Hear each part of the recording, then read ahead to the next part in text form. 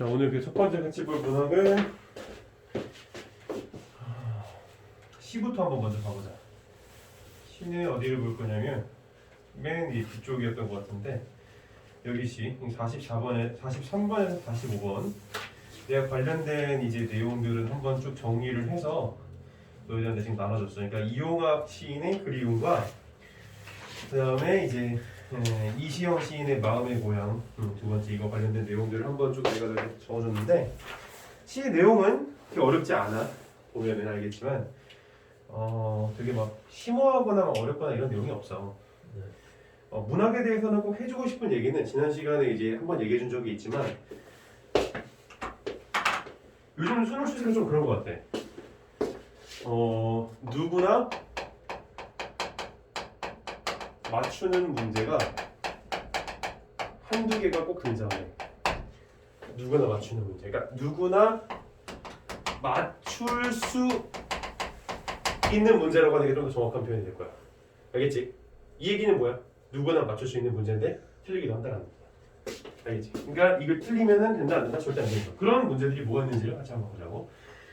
그래서 지금 그 문학 내용 정리에서 지금 좀 뒤로 넘어가면은 여기 이제 이용학 시인에 대해서 내가 정리한 부분이 있거든. 한번 좀 여기 찾아볼래 지금? 지금 그 문학 정리한 부분에서 앞에는 이제 소설에 대한 내용이고 뒤에 넘어가 이제 이용학의 시인에 대한 내용이 살짝 등장을 하는데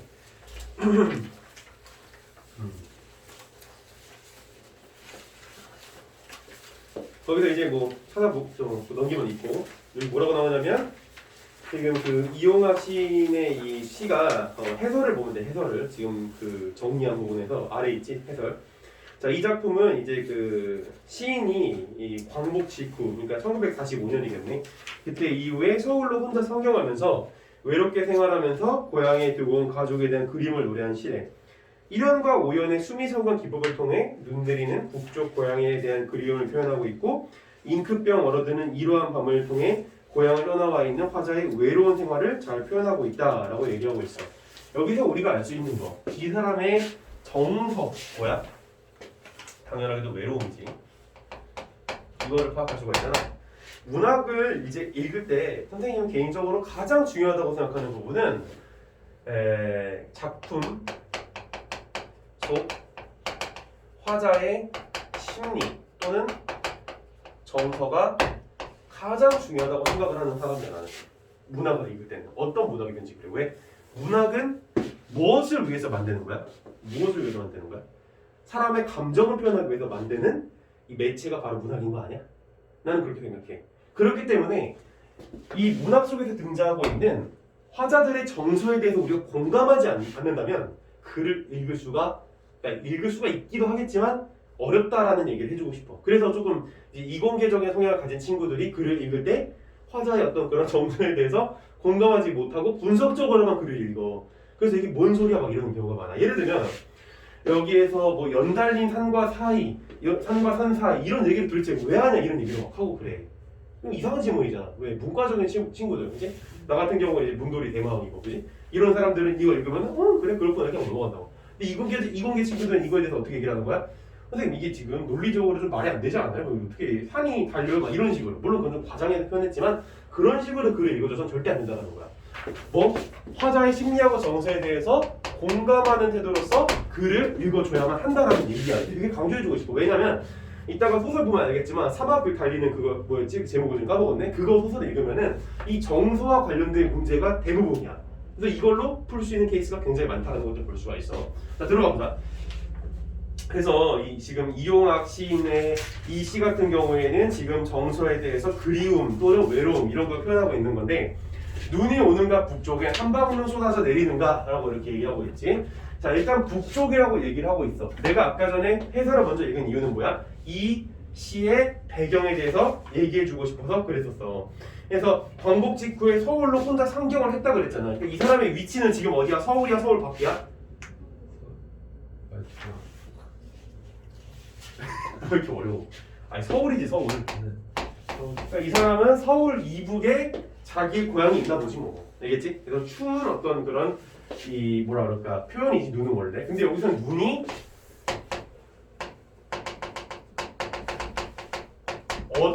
어디서부터 등장하는지 보는 게 조금 핵심적일 수 있어. 그래서 북쪽에 한방눈 쏟아져 내리는가 이렇게 얘기하고 있어. 그래서 지금 우리가 이 글을 읽을 때 사실 내가 지금 이걸 짚지 않고 바로 들어왔는데 제목이 뭐야? 그리움이지. 벌써 정서가 들어가긴 한단 말이야. 그러니까 외로운 상황에서 뭔가를 그리워하고 있는 거야. 그러니까 이 사람은 북쪽에 눈이 오는가 하는 부분에서 제목과 결부지어서 생각을 한다면 이 사람은 어딜 그리워한다고 볼 수 있어? 북쪽을 그리워한다고 볼 수도 있는 거지. 알겠어? 북쪽을 그리워한다. 그래서 험한 벼랑을 굽이굽이 돌아간 백무선 철길 위에 느릿느릿 밤새워 달리는 화물차의 검은 지붕에 라고 얘기가 지금 나오고 있는 걸 볼 수가 있는데, 일단 첫 번째 표현적인 측면에서 위에 지붕에 무슨 표현이라고 할 수 있어? 바로 대꾸지. 대꾸가 이루어진다는 걸 여기서 이제 우리가 파악할 수가 있겠지, 그치? 똑같은 어떤 그런 표현을 쓰고 있는 거야. 이런 부분에 대해서는 좀 민감하게 캐치할 필요가 있겠지. 그래서 험한 벼랑을 굽이굽이 돌아간 백무선 철길 위에 느릿느릿 밤새워 화물차의 검은 지붕에 라고 얘기하고 있는데, 지금 철길과 또 여기를 달리는 화물차에 대해서 보여주고 있는데, 느릿느릿이라고 얘기하는 부분은 뭐를 드러내기 위함인 거야? 이 굽이굽이 돌아간 부분을 철길이 느릿느릿 갈 수밖에 없을 정도로 뭐야? 굉장히 깊숙한 북쪽이라는 것을 드러내고 있다는 거야.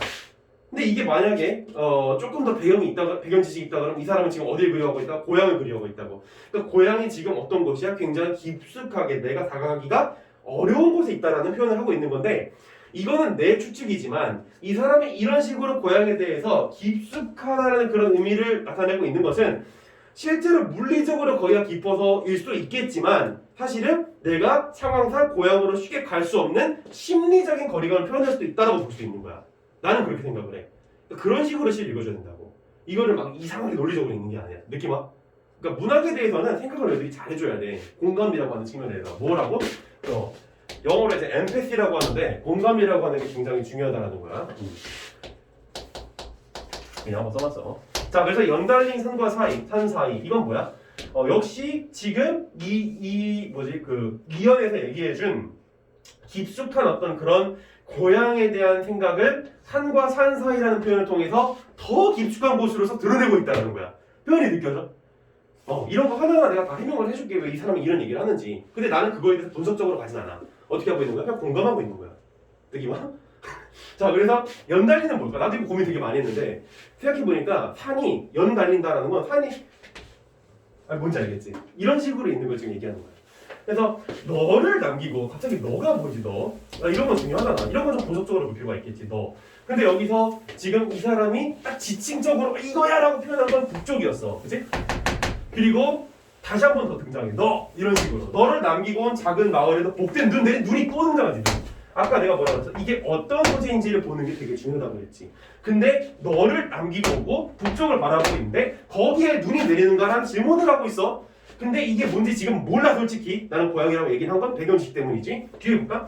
잉크병 어르드는 이러한 밤에. 그러니까 잉크병이라고 하는 거는 공감을 좀 통해서 한번 생각을 해봐. 그러니까 물은 0도씨에서 오는데 잉크병은 그보다 더 낮은 온도에서 오를 거 아니야. 아무래도 뭔가 그 안에 이물질이 아니라 뭐랄까 그 혼합물이니까. 근데 그러한 잉크병이 얼어들 정도로 어떻다라는 거야? 그 자신의 그 지금 시간적 배경이 겨울이란 얘기지. 무지하게 춥다는 거야. 지금처럼. 그래서 어쩌자고 내가 잠을 깨요. 그리운 곳, 차마 그리운 곳 반복이지. 이런 건 조금 너도 파악할 수 있잖아. 눈이 오는가? 북쪽엔 한방눈 쏟아져 내리는가? 자, 여기서 해주고 싶은 얘기는 이 시를 읽을 때 이런 식으로 고향이라는 거 하는 것에 대해서 아무것도 모른 채로 그냥 이렇게 읽어야만 할까? 그렇진 않지. 뒤에 보기가 있잖아. 맨 마지막 문제 다시 뭐라고 나와? 이 사람들이 그리워하는 대상이 뭐다?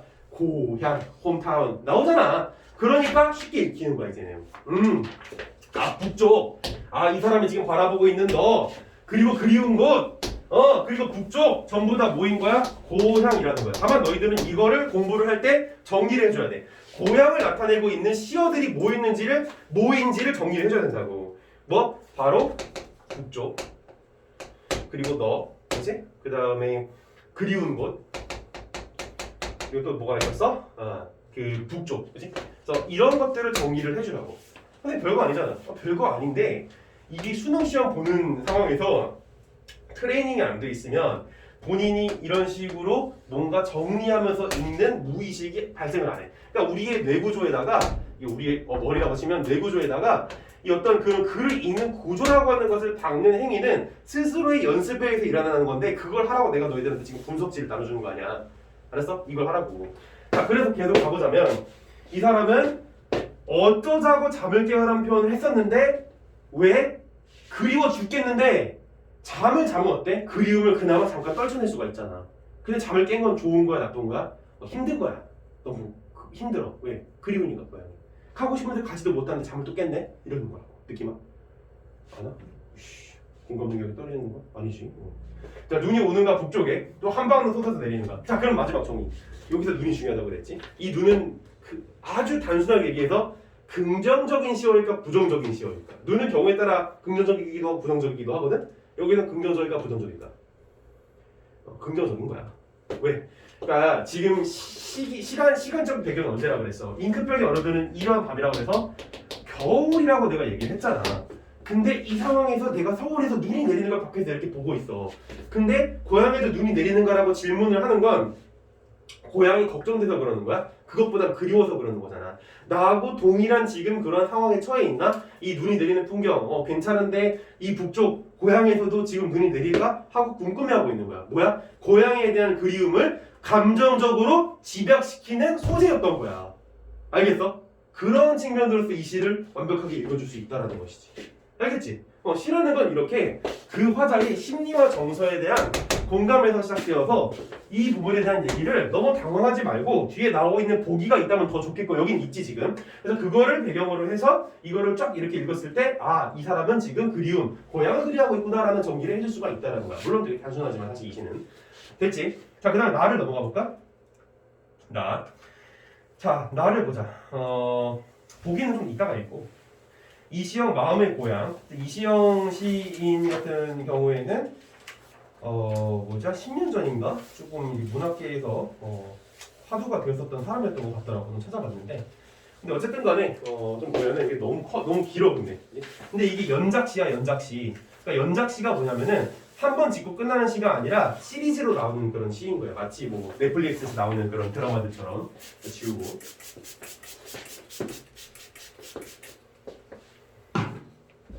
이게 수능에 나올 줄 몰랐지 아무도.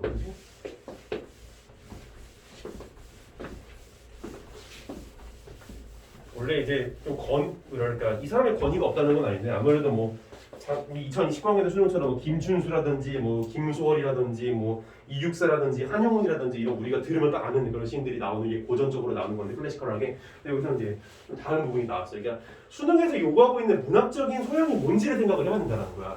수능에서 우리한테 요구하는 문학적인 소양은 교과서에서 나오는 유명한 시인들의 어떤 시를 그냥 교과서적으로 암기식으로 공부해서 딱딱딱딱딱딱 적용하는 걸 요구하는 게 아니라 이런 식으로 새로운 시가 등장했을 때 과연 45번 같은 외적 증거를 주어주고, 외적 증거는 뭔지 내가 그 배경지 설명해놨어. 그건 안 할 거야. 난 다음 시간에 하거나. 어쨌든 이 외적 증거를 통해서 이거를 너희들이 과연 공감을 하면서 또 공감과 동시에 분석적으로 읽어낼 수 있는지를 파악하고자 하는 거야. 근데 어려운 작업이 아니라고 이게. 왜? 아까도 말했지만 수능에서 요구하는 문제가 맞출 수 있는 문제가 있단 말이야. 누구나 맞출 수 있는 문제. 그래서 안 어렵다라는 거야. 생각보다. 이거보다. 자, 왜 그것이 자꾸 안 잊혀지는지 몰라. 나오고 있지. 왜 그것이 자꾸 안 잊혀지는지 몰라. 기름쟁이 사래긴 우리 밭 그 건너에 논실 이샘밭 가장자리에 키 작은 탱자 울타리가 쳐진 훗날 나 중학생이 되어 아침마다 콩밭 이슬을 무릎으로 적시며 그곳을 지나다녔지. 수수하리 꽝꽝 여무는 가을이었을까? 깨끗이 하얗게 부서지는 햇빛 밝은 여름날이었을까? 아랫냇가 굽이치던 물길이 옆구리를 들이받아 벌건 황토가 드러난 그곳 허리 굵은 문실댁과 그의 딸 영자 영숙이 수님인가?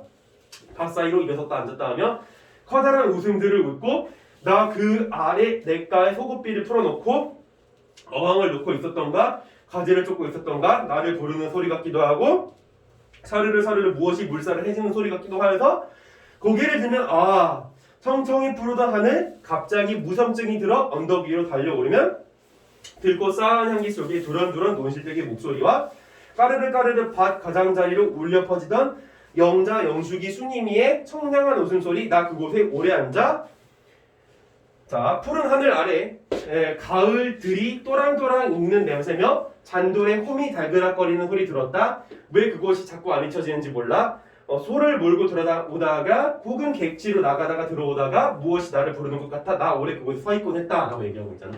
자, 내가 일부러 멈추지도 않고 쫙쫙쫙쫙 읽어봤어.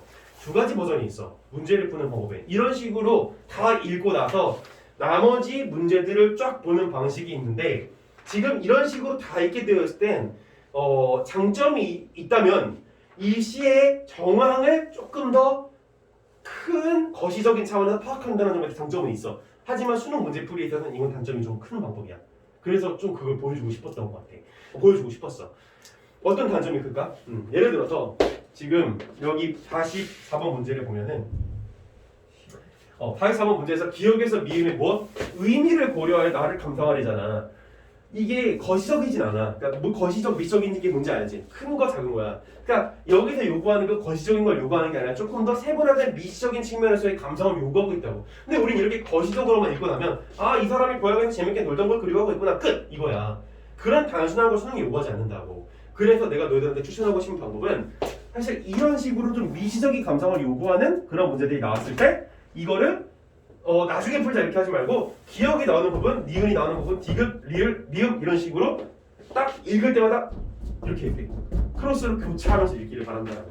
알겠어? 그걸 얘기해주고 싶었어. 그러니까 비율성을 너무 소개하지 말라고. 물론 우리가 지금 실전 수업은 아니지만 자 기억 다시 볼까?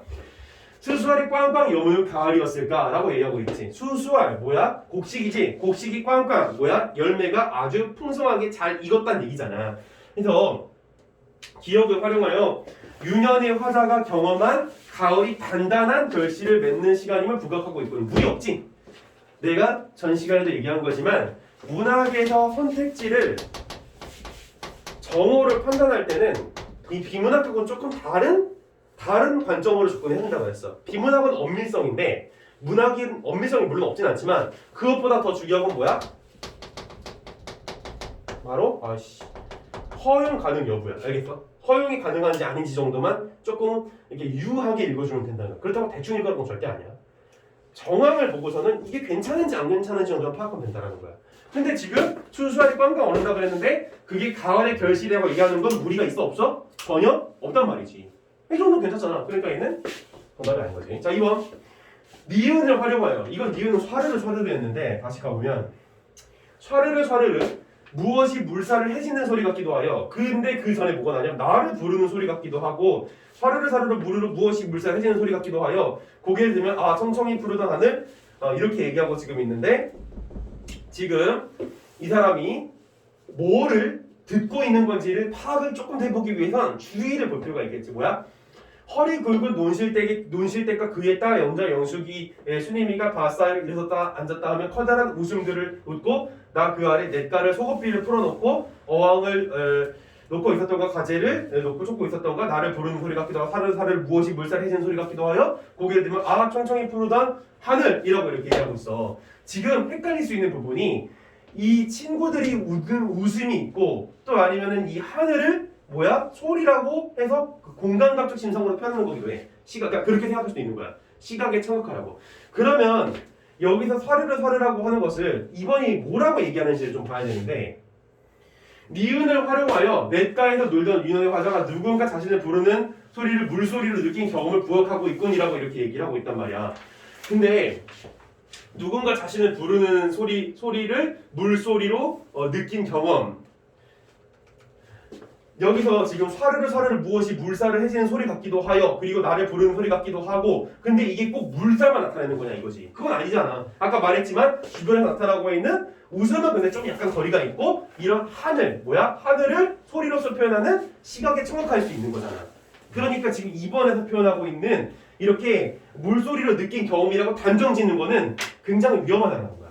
허용이 좀 어려워. 뭐가 꼬여있잖아 내용이. 그래서 이건 정답이 맞는 거지. 왜? 틀렸으니까. 알겠어? 조금 굉장히 애매하게 나온 문제야. 한번 근데 이건 누구나 맞출 수 있는 문제기도 해 사실은. 한번 왜? 다른 게 쉬워서 그래. 디귿을 활용하여서 디귿을 보면 지금 뭐라고 나와 있냐면 청청이라는 얘기를 하고 있잖아. 디귿을 지금 보면은 유년의 화자에게 순간적 감동을 느끼게 한 맑고 푸른 하늘의 색채. 뭐가 나빠 이게? 이게 누가 나빠? 이거 틀려 그러면 그게 더 이상한 거 아니야? 4번 리을이지 리을 지금 보면은 까르르 뭐야? 논실댁의 목소리 자기 고향 친구들의 목소리인 것 같은데 이것을 활용하여 무심증에 언덕을 달려오른 유년의 화자에게 또렷하게 이때 이웃들의 밝은 웃음이 뭐야 이게 그냥 이거 사실 그대로잖아. 그치? 자 5번 미음 또랑또랑 익는 냄새 뭐야? 푸른 하늘 아래 가을들이 또랑또랑 익는 냄새 아까처럼 곡식알들이 익는 모습을 보여주고 있는 거지. 그래서 미음을 활용하여 유년의 화자가 곡식이 익어가는 들녘의 뭐야? 인상을 선명하게 지각한 경험을 부각하고 있는 뭐가 틀려? 그러니까 다른 문제들이 너무 쉬워. 바로 이 문제가 뭐였던 거야? 누구나 맞출 수 있는 문제였다라는 거야. 알겠지? 틀렸다면 본인이 좀 반성을 할 필요는 있다는 얘기야, 이 얘기는. 자, 그 다음에 우리가 이제 마시는 다 읽었다고 치고 43번 가에 대한 예로 가장 적절한 것은 무엇인가 물어보고 있는데 자 1번 오는 가를 쏟아져 내리는 가로 변주하여 대상에 대한 화자의 거부감을 드러내고 있다 그러는데 가로 다시 넘어갈 필요도 없이 이 시에서 거부감이라고 하는 것은 한 번도 등장한 적이 없어. 왜? 고향에 대한 그리움이잖아. 말도 안 된단 말이지. 자 2번 돌아가는 것 달리는 애 대응을 활용하여 두 대상 간에 조성되는 긴장감을 묘사하고 있다 그랬는데 시의 정황상 긴장감이라고 등장하지가 않아. 왜? 아까 굽이굽이 들어간 이건 고향에 대한 나의 심리적 거리를 얘기하는 걸 수도 있다고. 그게 긴장감은 아니니까. 3번 철길에서 화물차의 검은 지붕으로 묘사의 초점을 이동하여 정적인 이미지를 강화하고 있다라고 얘기를 하는데 아까 그 느릿느릿 기억나? 느릿느릿? 근데 그 느릿느릿이 있다면 정적이야? 동적이지. 움직이는 거잖아. 그러니까 이거가 틀렸다는 거야. 4번 잉크병이라는 사물이 얼어드는 현상을 활용하여 화자가 처한 현실의 변화 가능성을 암시하고 있다고 했는데 현실의 변화 가능성은 없어. 이 사람의 고향에 돌아갈 여지가 별로 지금 없어 보이거든. 그러니까 이건 틀린 거지. 알겠어? 그리고 더구나 이게 현상을 활용한 것은 그만큼 춥다라는 걸 표현하기 위함이었던 거지 변화 가능성에 대한 얘기는 여기서 파악할 수가 없다는 거야. 그럼 정답은 5번이겠지. 뭐야? 잠을 깬 자신에게 어쩌자고라는 의문을 던져 현재 상황에서 느끼는 화자의 애달픈 심정 드러내고 있다. 그치? 내가 잠자면 차라리 나는데 왜 깨서 이 난리냐 이거야. 정답은 5번이지. 그치? 자, 마지막에 이제 45번. 자, 마침내 45번이야. 원래는 항상 시 문제를 풀 땐 이것부터 읽고 풀어야 돼. 알겠지? 근데 지금은 그냥 한번 앞에서부터 시작을 해봤어. 나 원래 이렇게 안 하거든. 너희도 알겠지만. 자, 보기. 왜 이거부터 풀고 해야 돼요? 왜냐면 여기에서 배경지 집어줘갈 수가 있잖아. 이 시에서 얘기하고자 하는 중점의 문제를 여기서 얘기해 주는 케이스가 굉장히 많아. 네, 그래서 이제 시 문제가 만약에 이 보기가 없었다면 난이도가 겁나 올라가는데 얘가 있기 때문에 난이도가 어떻게 돼? 격화되는 거야. 왜? 쉬우니까 이것만 보면. 자, 봐봐. 이용혁과 이시영의 시 세계에서 고향은 뭐야? 창작의 원천이 되는 공간이래. 그치? 얘네들은 지금 고향을 노래하고 있다는 걸 바로 파악하는 거잖아. 이게 얼마나 크리티컬한 거냐. 또 이용혁의 시에서 고향은 척박한 국경 지역이지만 언젠가 돌아가야 할 근원적 공간으로 그려지는데 가에서는 가족이 기다리던 궁벽한 산촌으로 고쳐야 된다. 그래서 이시영의 시에서 고향은 지금은 상실했지만 기억 속에서 계속 되살아나는 공간으로 그려지는데 나에서는 이웃들과 함께했던 삶의 터전이자 생명이 살아 숨쉬는 평화로운 농촌. 자, 보기 문제를 풀 때는 뭐에 중점을 둬서 그러니까 어떻게 풀어야 된다? 키워드. 이제 내가 지금 여기 동그라미 썼던 것들이 지금 키워드들이야. 이런 식으로 키워드 중심에 접근을 해야지 이것들을 그냥 줄줄줄줄줄 읽고 있는 건 의미가 없다. 너희들이 중요한 게 뭔지를 스스로 체킹하는 연습이 필요하다는 거야. 그래서 여기 내가 지금 체킹을 해줬어. 뭐 고향, 근원적 공간, 그리고 고향, 공벽관, 산촌으로 그려지고 있고 또 고향은 지금은 상실했지만 기억 속에서 되살아나는 공간으로 그려지고 이웃들과 함께했던 삶의 터전이었고 생명이 살아 숨쉬고 평화로운 농촌. 그러니까 고향은 이상형이나 마찬가지인 거지.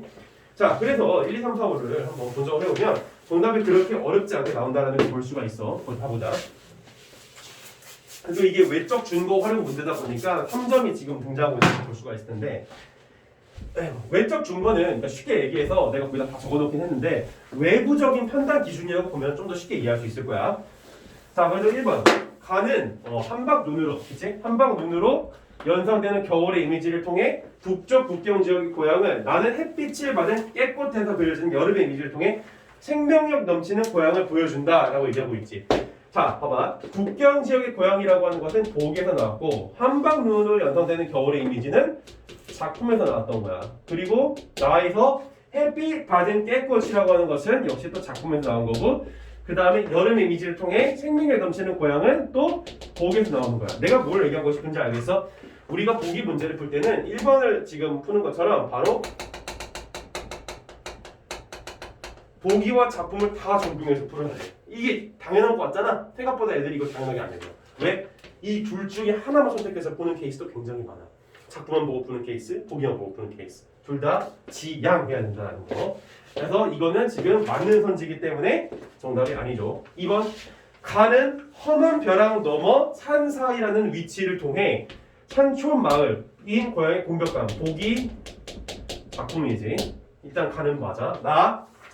나는 소 고삐를 풀어놓고 가지를 쫓는 모습을 통해 농촌 마을인 고향의 평화로움. 이게 작품, 이게 보기. 그러니까 2번은 맞는 선지가 되는 거지. 3번 가는 남기고 온 너를 떠올림으로써 작품이지.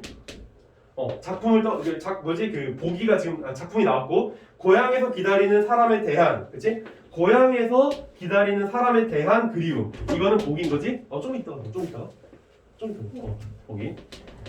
그 다음에 나는 밭 사이에서 웃던 이웃들의 이름을 떠올림으로써 고향에서 함께 살아가던 이웃에 대한 기억을 보여준다라 그랬는데 밭 사이에서 웃던 이웃들은 작품, 이건 보기가 되는 거지. 역시 타당한 선지. 4번 가는 눈을 복된 것으로 인식함으로써 고향에 돌아갈 날에 대한, 그리고 나는 무엇이 부르는 것 같았던 언덕을 회상함으로써, 이건 작품. 고향으로의 귀환에 대한 기대라고 얘기를 하는데 이게 왜 틀린 줄 알아? 너무 쉬운 건데 혹시 얘기해볼사 이게 왜 틀린지. 이게 상실했잖아. 뭐 그런 건 또 있겠지만 외적 증거에 대한 문제 풀려고 그랬잖아. 보기에 이런 얘기가 나와 안 나와? 안 나오잖아. 이렇게 푸는 거야. 이게 보기에 없는 내용이잖아. 이게 뭐 헛소리야 이건. 얼마나 쉽게 풀리냐. 이게 3점짜리거든. 자 5번 그래서 만약에 혹시라도 이건 좀 딴 얘기긴 한데 너희들이 시험을 보는 상황에서 시간이 너무 없다. 그럼 맨 뒤에 봐도 상관없을 수도 있어. 왜? 맨 뒤에서 의외로 3점짜리로 쉬운 문제 이렇게 나오거든. 자 5번 가는 차마 그리운 것이라는 표현을 통해 근원적 공간인 고향에 대한 애틋함을 나는 자꾸 아니치는지라는 표현을 통해 내면에 존재하는 고향에 대한 변함없는 애정을 드러낸다. 그치? 애틋한 그리움. 다 맞는 거 아니야 이거는? 그러니까 정답은 4번이. 너무 쉽게 나오지? 이렇게 문항을 쓰면 돼. 자 오늘 소설도 하나 더 하는 게 말 목표였는데 아까 법률 질문이 좀 생각보다 얘기가 길어지면서 여기서 마무리를 오늘 해야 되는 게 맞는 것 같고 안 그러면 이게 50분에 끝나가지고 너무 오버페이스 되기 때문에 여기서 마무리하고 못한 거는 내가 유튜브 강의로 찍어서 올려주도록 할게. 지금 내가 유튜브 강의로 올려줘야 되는 게 정리를 다시 한번 해보자면 내가 지금 곧 찍을 예정인데 19학년도 수능, 그지? 19학년도 수능의 화법과 작문, 그다음에 지금 21학년도 수능의 화법과 작문, 그다음에 오늘 나가지 못한 소설, 그 사막을 건너는 뭐였지? 그 한 병상 나오는 거, 이거 세 가지를 찍어서 내가 곧 올려주도록 할게요. 자, 여기서 마무리하고 우리 다음 시간에 보도록 하자. 안녕.